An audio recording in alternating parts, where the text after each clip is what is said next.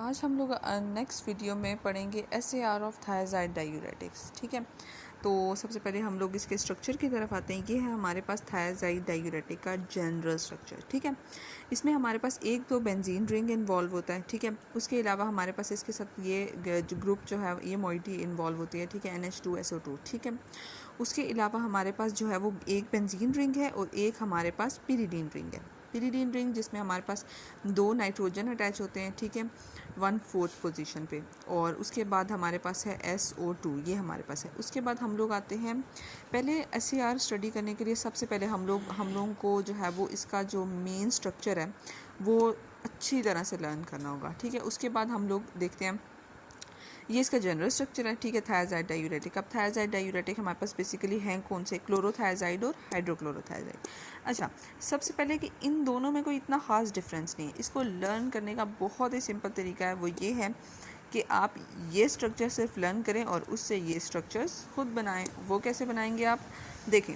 हमारे पास जो है वो क्लोरोथायराइड है, इसमें यहाँ पे हमारे पास क्लोरीन इन्वॉल्व है। दैट्स इट, 6 पोजीशन पे हमारे पास क्लोरीन अटैच है। ठीक है, और एक यहाँ पे हमारे पास आ रहा है डबल बॉन्ड, जबकि हाइड्रोक्लोरोथायराइड में हमारे पास क्लोरीन तो है लेकिन डबल बॉन्ड नहीं है। तो ये हो गया इजी थायराइड डायूरेटिक का स्ट्रक्चर। ठीक है, अब आते हैं फर्दर हम लोग SAR की तरफ। थायराइड्स का SAR स्ट्रक्चर एक्टिविटी रिलेशनशिप बहुत इंपॉर्टेंट है। ठीक है, अब सबसे पहले हम लोग जो है वो स्टार्ट करते हैं इससे। ठीक है, हमारे पास पोजीशन 2 से स्टार्ट करते हैं। अच्छा, किसी भी ड्रग का SAR जो है वो स्टडी करने या फिर पेपर में जो है वो लिखने के लिए सबसे मेजर पॉइंट जो अपने जहन में रखना है वो ये है कि जब भी आपने SAR पेपर में अटेम्प्ट करना है ना, तो उसके साथ जो है वो डायग्राम्स के साथ, मतलब केमिकल स्ट्रक्चर के साथ ड्रॉ करना है, वरना एग्जामिनर ये समझता है कि शायद आपने ये SAR खुद से जनरेट किया है। ठीक है, तो जो है वो SAR के लिए हम लोग यहाँ से सेकंड पोजीशन से स्टार्ट करते हैं। ठीक है, ये इसकी नंबरिंग जो है वो बहुत इजी है, यहाँ से स्टार्ट हो रही है बल्कि ग्रुप से। ठीक है, तो जो है वो अब हम लोग स्टार्ट करते हैं पोजीशन 2 से। Position 2 can tolerate the presence of relatively small alkyl group such as methyl. जो पोजीशन 2 है उस पर जो है वो हम लोग कोई भी जो है वो स्मॉल ग्रुप जो है वो अटैच कर सकते हैं। ठीक है, उससे हमारे पास इसकी एक्टिविटी में कोई चेंज नहीं आएगा। ठीक है, एक और बात मैं आपको बताती चलूँ कि हमारे पास जो है वो इस जगह पे कोई भी जो है वो R ग्रुप जो है कोई भी सब्स्टिट्यूशन अटैच हो सकती है। ठीक है, अच्छा, उसके अलावा अब हम लोग आते हैं पोजीशन 3 पे। ठीक है, position 3 play a dominant role. ठीक है, it determine the potency and duration of action of thyroid. अगर इसके साथ कोई मोइटी अटैच होती है पोजीशन 3 पे, तो ये इसकी पोटेंसी भी जो है वो डिटरमाइन करती है और उसका ड्यूरेशन ऑफ एक्शन, मतलब इन दोनों चीज़ों पे पोजीशन 3 जो है वो बहुत इफेक्ट करती है, उसके ऊपर जो भी सब्स्टिट्यूशन लगेगी। ठीक है, नेक्स्ट हम लोग आते हैं पोजीशन 3 एंड 4 के बारे में। ठीक है, तो इसके बारे में है double bond between position 3 and 4 give rise to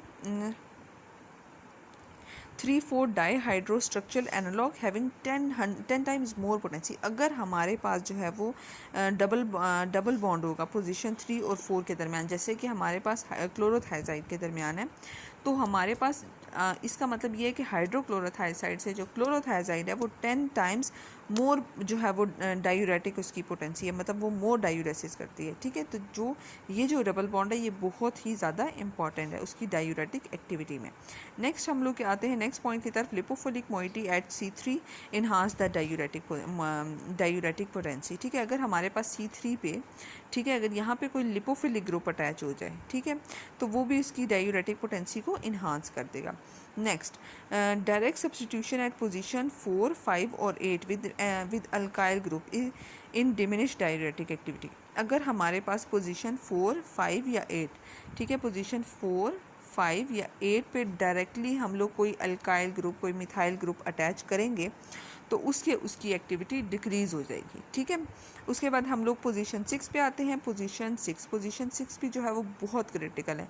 अगर हम लोग पोजीशन ये लिखा हुआ है कि अगर हम लोग पोजीशन 6 पे हमारे पास कोई हाइड्रोजन एटम या कोई इस तरह का सब्स्टिट्यूशन लगाएंगे तो उससे उसकी डायूरेटिक एक्टिविटी पे कोई निग्लिजिबल इफ़ेक्ट आएगा।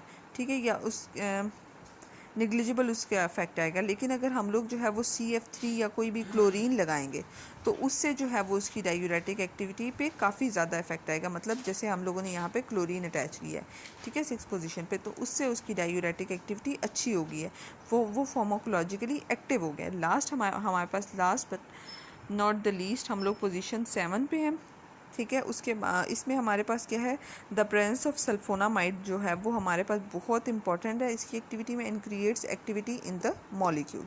सही। पोजीशन 8 के बारे में हम लोग पहले बता चुके हैं। तो ये है हमारे पास थायाजाइड डायूरेटिक का SAR। बहुत इजी है, पता है। आप इसको एक एक पोजीशन को जब आप डिस्क्राइब करें और साथ में ना उस पोजीशन का स्ट्रक्चर बना दें या एरो लगा के मेंशन कर दें, और इस तरह से एग्जामिनर भी आपसे इम्प्रेस हो जाएगा और आपको ये SAR कभी भूलेगा भी नहीं, ठीक है। इसका स्ट्रक्चर आप लोग 3-4 टाइम्स ड्रॉ करें और इसको लर्न करें विद SAR, ठीक है। थैंक यू, देख लें एक दफ़ा।